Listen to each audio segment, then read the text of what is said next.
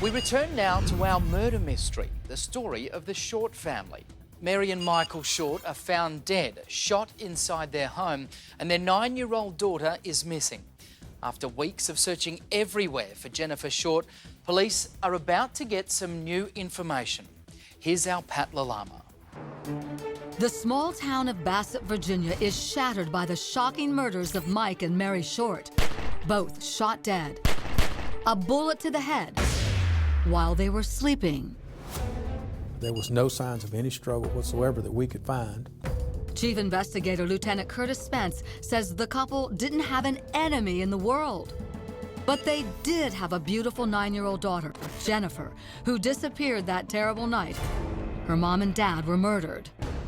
Lieutenant Spence went on a desperate hunt to find her, and the entire community pitched in to help, hoping to bring her home. We had search and rescue teams from all over. We had federal authorities, state authorities. There were several hundred officers that responded to the scene quickly, including multiple forensic teams that came in and helped us do the crime scene and the house. And of course, at the time, we hoped that Jennifer was alive. But on September 25th, 41 days after the killings and little Jennifer's disappearance, the flame of hope flickers and then goes out. Scattered remains of a little girl are found in a field near a pond.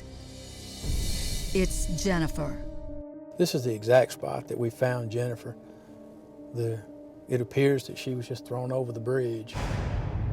We found Jennifer's bones in the pasture next to the pond, through the woods here.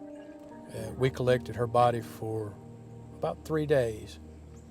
And I can remember carrying that child in a paper bag to the medical examiner's office.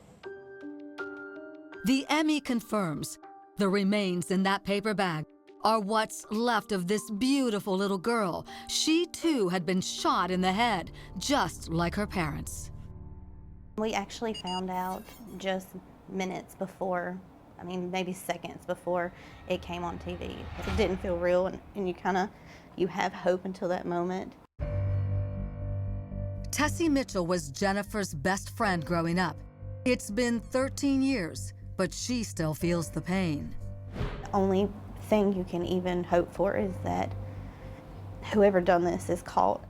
Finding the body in that location actually led police to another person of interest, a guy named Gary Bowman, and he looked good for 2 reasons. He lived about a mile from where the remains were found, and he left the country 1 day after the murders, destination Canada, but he wasn't there to stay. I must order your deportation from Canada, therefore. Do you understand that? I do. Turns out he had entered Canada without declaring an old DUI conviction, and that was enough to get him kicked out. Do you plan to appeal the decision? No.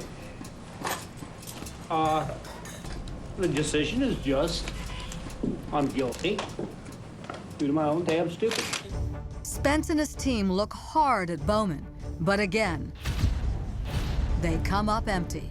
As far as Garrison Bowman goes, we never had any actual proof of any wrongdoing on his behalf. Garrison Bowman died of natural causes and was found Christmas of 2014. So here we are today, 13 years after the murders. No suspects, no leads. The trail has gone cold. But Lane flat out refuses to call it a cold case. And this is now a Crime Watch Daily call to action to help catch a cold-blooded killer. We remain very committed to solve this crime. We go back over the evidence occasionally. It's been tested. Every time advancements in DNA come along, the evidence is retested to see if it can generate a new lead. For Lieutenant Curtis Spence, this is not just an unsolved case. It's personal. I purchased a button with Jennifer's picture on it, and I've carried that button in my car through several police cars. That button rides on the sun visor of my car. I see it every day. And the FBI has now joined in the search to find out who killed the Short family, and they've released these composite sketches and also a sketch of a vehicle which may have been in the area of the Shorts' home on the morning of their deaths. Now, if you have any information on this case, you can submit a tip at crimewatchdaily.com or call or text our toll-free tip line, that number 1844 800 CRIME.